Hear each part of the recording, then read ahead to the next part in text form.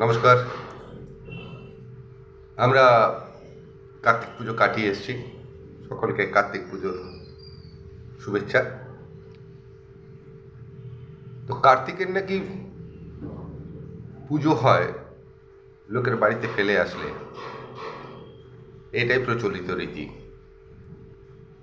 সেরকম পুজো আমার পাড়াতেও হয়েছে, তাই নিয়ে আমার ছড়া কার্তিক পুজো। হঠাৎ শুনি চেঁচামেচি, তপ্ত সে ভোরবেলা। দাসবাবু ও দাসগিন্নি চেঁচিয়ে ফাটান গলা।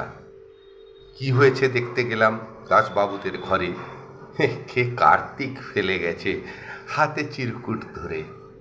তাতে লেখা, হাজার দেবেন যারা যাবে রাতে, ভালো মন্দ খাইয়ে দেবেন দক্ষিণাটা সাথে। দাসবাবুর একটি ছেলে, সদ্য বিবাহিত। অন্ধকারে দিল কার্তিক তাই পাড়ার ছেলে যত। দাসবাবু চেঁচিয়ে ওঠেন, দেখুন কাণ্ডখানা, এখন আবার পুজোর জোগাড় কেমনে করি মানা। পোলাপান সব বদমাইশ ভাই এমন কাণ্ড করে, এই তো খেলি বিয়েরই ভোজ, তবু কার্তিক দিলে ঘরে। বুঝেছি তোরা আগুন দিবি আমার সুখের বাসায়, সুখবরের সঙ্গে দুঃখ দিলি এমন কষাই। আমি বলি, ও দাসদা, এ কি বলছেন যাতা?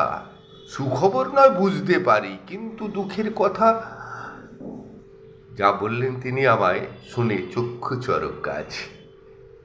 কি হবে পরে বন্ধু, পাচ্ছ নাকি আজ? কার্তিকের তো হয়নি বিয়ে, যত সুন্দরী হোক। তুমিও কি চাও নাতিও আমার পাক সেরকম শোক? ফেলবি যদি লক্ষ্মী দিতিস কিংবা সরস্বতী, আমার ঘরটা সুখী হলে তোদের কি বা ক্ষতি? আসলে এরা প্রতিবেশী নয়, বদমাইশের হাঁড়ি। দশরথই বানালো আমায়, যেন পুত্র শোকেই মরি। কথা শুনে ঘাবড়ে গেলাম, জলদি সরে পড়ি। ভাবছি আমি এখন তবে কুবের পুজোই ধরি। নমস্কার।